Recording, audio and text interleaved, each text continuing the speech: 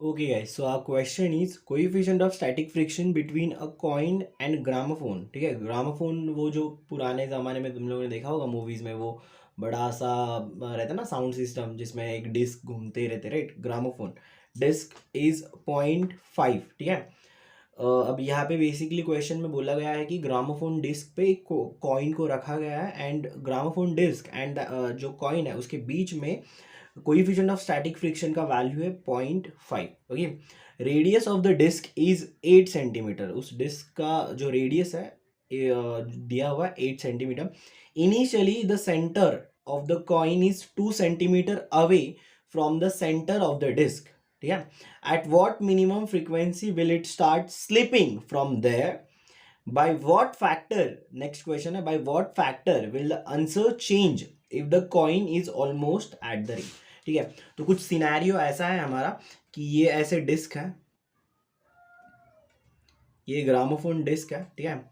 अब इसका कुछ रेडियस दिया हुआ है उन्होंने 8, ठीक है, 8 सेंटीमीटर है वो, ओके। और कॉइन को कुछ इन्होंने 2 सेंटीमीटर अवे रखा हुआ है, 2 centimetre away from the centre of the disc. तो ये यहाँ से सेंटर से ये अगर कॉइन हम लोग देखें तो वो कुछ 2 सेंटीमीटर अवे रखा हुआ है। अब हमें क्वेश्चन बोला है कि हम लोग कौन कितनी फ्रीक्वेंसी से इस डिस्क को रोटेट करेंगे सो दैट ये जो ऑब्जेक्ट है वो वहाँ से, मतलब ये जो कॉइन है वो वहाँ से स्लिप होना स्टार्ट हो जाए। तो ये हमारा बेसिक क्वेश्चन है। अब यहाँ पे हम लोग सिंपल लॉजिक लगा सकते हैं। हम यहाँ पे क्या यूज़ करेंगे, यहाँ पे हमें पता है कि ये अगर ऑब्जेक्ट यहाँ से स्लिप होना स्टार्ट करेगा, ठीक है, तो इसको बैलेंस कौन करना है? अभी फिलहाल के लिए इसको बैलेंस कौन कर रहा है? इसको बैलेंस हमारा फ्रिक्शनल फोर्स कर रहा है, जो कि अंदर साइड, ये स्लिप बाहर साइड करेगा तो इसको बैलेंस अंदर साइड फ्रिक्शनल फोर्स करेगा, right.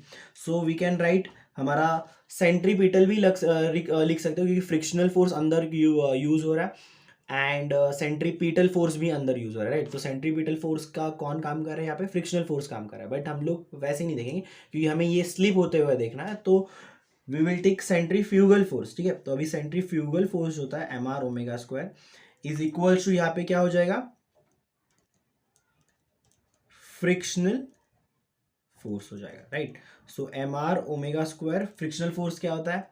Mu times N, where mu is the coefficient of static friction and N is your normal reaction, right. और नॉर्मल रिएक्शन हमें पता है, नॉर्मल रिएक्शन किसके बराबर होता है? नॉर्मल रिएक्शन बराबर होता है एम जी के। तो ये हो जाएगा एम जी एंड ये हो जाएगा m r omega square, right. क्योंकि ये ऐसे कॉइन रखा हुआ है सपोज, ठीक है, तो ये नॉर्मल रिएक्शन एन ऊपर लगेगा तो ये एम जी इधर नीचे बैलेंस कर रहा है, तो नॉर्मल रिएक्शन एम जी के बराबर हो जाएगा। So this m m will get cancel, तो you are left with r omega square is equal to mu g and again omega square is equal to mu g by r, बराबर। अब omega square को हम क्या लिख सकते हैं? तो omega square is your angular velocity, right. Angular velocity होता है, omega is your angular velocity. Angular velocity क्या होता है? Angular displacement upon time period. Angular displacement कितना होता है? मैक्सिमम 2π/t हो जाएगा।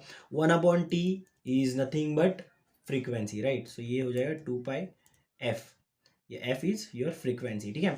सो यहाँ पे हम लोग ये 2πf का square mu g by r हो जाएगा, ठीक है।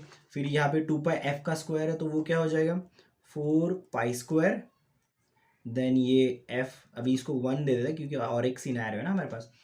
f1² is equal to, g की वैल्यू दी हुई है, g की वैल्यू ऑलरेडी गिवन है हमारे पास, g की वैल्यू है π², राइट। तो यहाँ पे हम लोग ये g की वैल्यू को सब्स्टिट्यूट कर सकते हैं। म्यू की वैल्यू 0.5 है, g की वैल्यू हमें दी हुई है π² डिवाइडेड बाय r की वैल्यू क्या दी हुई है? r की वैल्यू दी हुई है 2 सेंटीमीटर्स, जो अगर उसको हम लोग कन्वर्ट करेंगे मीटर्स में तो हो जाएगा 0.02। ओके, सो ये पाई स्क्वायर कैंसिल आउट हो जाएगा। सो हमारा बचा हुआ, और ये 0.5 डिवाइडेड बाय 0.02, तो ये अराउंड हमारा 25 होता है, राइट। तो ये हमारा हो जाएगा 25। तो यहाँ पे f1² हो जाएगा हमारा 25 डिवाइडेड बाय 4, राइट।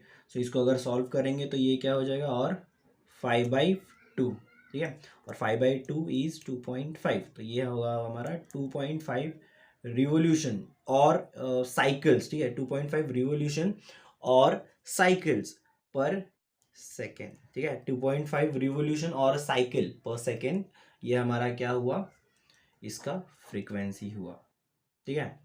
नेक्स्ट है हमारा इसमें question, by what factor will the answer change if the coin is almost at the rim. अगर मेरा कॉइन ऑलमोस्ट रिम के पास है, तो रिम के पास अगर होगा तो ये सेंटर इस डिस्क का एंड द कॉइन का सेंटर विल बी क्या हो जाएगा, इक्वल टू रेडियस हो जाएगा, बराबर। तो यहाँ पे हमें क्या करना है, यहाँ पे हमें जो हमने ये आर की वैल्यू 2 ली थी, राइट, 2 सेंटीमीटर, तो यहाँ पे हम लोग क्या लेंगे, वही वैल्यू 8 सेंटीमीटर जो कि रेडियस है, हमारे डिस्क का रेडियस है ना 8 सेंटीमीटर। अगर मेरा कॉइन यहाँ पे एज पे रखा है तो ऑलमोस्ट उसका जो सेंटर और इसका सेंटर उसके बीच का जो डिस्टेंस होगा रेडियस के बराबर ही होगा। तो यहाँ पे हम क्या करेंगे, हम लोग बस आर की वैल्यू सेम फॉर्मूला 2πf2 लिख देते हैं, square is equal to mu g by r, और सारा चीज़ कांस्टेंट कॉमन हो जाएगा यहाँ पे, तो ये डायरेक्टली मैं लिख देता हूँ 4π स्क्वायर f2 का स्क्वायर 0.5 पाई स्क्वायर, बस यहाँ पे जो 2 सेंटीमीटर लिया था तो उसके जगह हम लोग 8 सेंटीमीटर लेंगे, तो 8 सेंटीमीटर को मीटर में कन्वर्ट करेंगे तो 0.08 हो जाएगा। तो ये पाई स्क्वायर कैंसल आउट हो जाएगा, राइट। और ये हमारा ऑलमोस्ट कितना हो जाएगा, अगर इसको मैं 4 को यहाँ पे डिवाइड कर दूँ तो ये ऑलमोस्ट हमारा 1 पॉइंट, ये 4 यहाँ पे आ जाएगा, तो ओके ठीक है। तो ये हमारा F2 का डायरेक्ट मैं वैल्यू लिख देता हूँ, ये हो जाएगा हमारा 1.25 साइकिल्स पर सेकेंड, ठीक है, साइकिल्स पर सेकेंड। अब यहाँ पे हमारा कितना फैक्टर चेंज हुआ, हमारा मेन क्वेश्चन क्या है, बाय व्हाट फैक्टर, ठीक है, क्या क्वेश्चन है, by what factor will the answer change, by what factor will the answer change if the coin is almost at the rim, ठीक है। तो फैक्टर कितना चेंज हो रहा है, तो हम लोग सिंपल क्या करेंगे, यहाँ पे हम लोग F2 डिवाइडेड बाय F1 कर देंगे, तो F2 डिवाइडेड बाय F1 तो 1.25 डिवाइडेड बाय ये हमारा 2.5 हुआ, तो ये ऑलमोस्ट 1/2 का रेशियो हमारा है, राइट। तो यहाँ पे हमारा F2 जो है वो कितना डेविएट हो रहा है, तो ये 1/2 F1, this is your answer, ठीक है। सो आई होप तुम लोग को ये क्वेश्चन समझ में आ गया होगा, ठीक है। चलो देन।